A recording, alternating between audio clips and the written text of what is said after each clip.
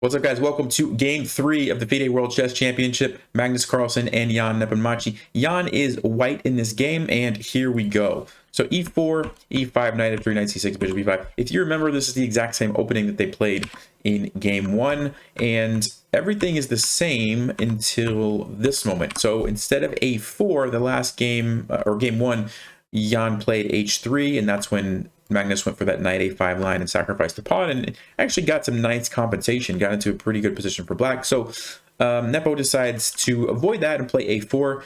This is good practical advice. Like if you're playing an opening that you tend to consistently just get into bad positions with, don't be afraid to like take some time, learn something else, and that's what most strong players do, right? You keep tweaking and changing your openings until you get ones that you really feel comfortable with. So bishop b7, we're just kind of developing the pieces here. And at this point in the game, this is kind of the phase where pieces have been developed, kings are castled. You have to figure out, what do you do next? And one of the things that strong players like to do in these positions is reposition their pieces to plan ahead for what might potentially happen in the future. So Magnus plays h6 and then bishop f8. And what he's doing is basically saying, number one, he wants this rook to be open because at some point he's envisioning this pawn might capture, or somehow this file could become open. Doesn't want the rook to be blocked by the bishop. And then the other thing is this bishop is now defending the g7 square, which we'll see in the future is very useful.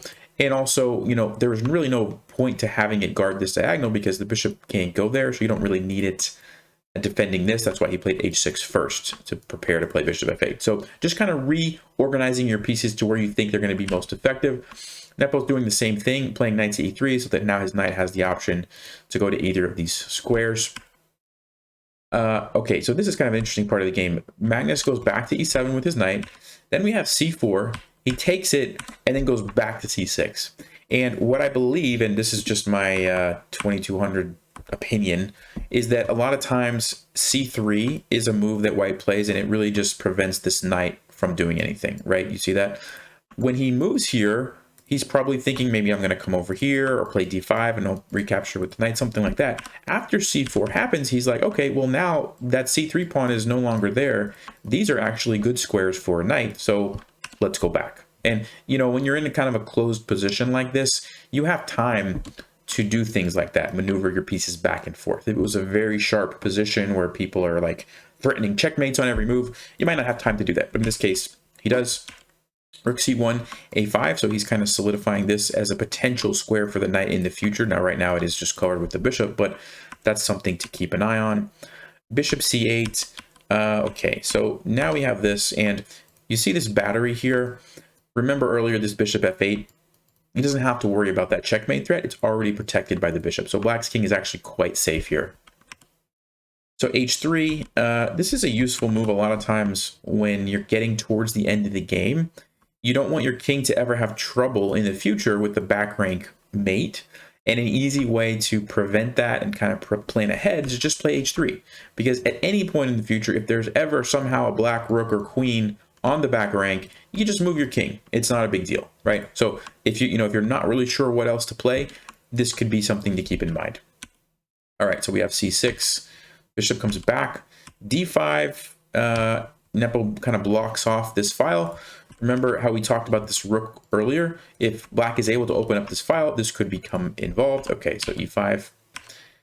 And queens get traded, which, you know, a lot of times at the top level, when the queens get traded, draws become much more likely. But yeah, I mean, I think as far as Jan is concerned, he's happy with drawing because every draw gets him a little bit closer to the end. And, you know, if he pulls out like one win, the further along the match goes, if everything else was draw, that one win becomes more important. So I think he's okay with that. And then from Magnus's point of view, if you're playing with black, usually draws are a pretty good result. It's with white that you try to really push for wins. So anyway, we get some more trades. This, I think, is an instructive moment here. So let's flip this board around for a second. If you're playing black in this position, I think a lot of beginners would think, well, there's a pawn. I pretty much just have to take it. Like, that's the only move in this position.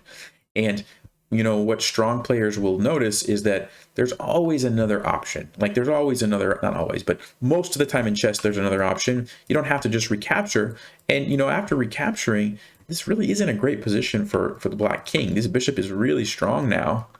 And you don't need to do that. You can do a different move like Magnus played, bishop to b4, and it completely kind of changes the structure of the position. Now, instead of there being a really strong bishop there, you get this position, which is much more comfortable for black. So you want to be on the lookout for those sort of moves that maybe aren't as obvious, but that are options as well. Okay, so king f1, rooks go to the open file here. We just have a bunch of rook trades, and you know, very even position. Even though white has 3 against 2 on this side of the board, black's king is very strong, and it's really not easy for white to push through. And even if white did create a passed pawn here, black could very easily blockade it with their king on like the dark square. And how is white going to make the king move? That's one of the things about bishops.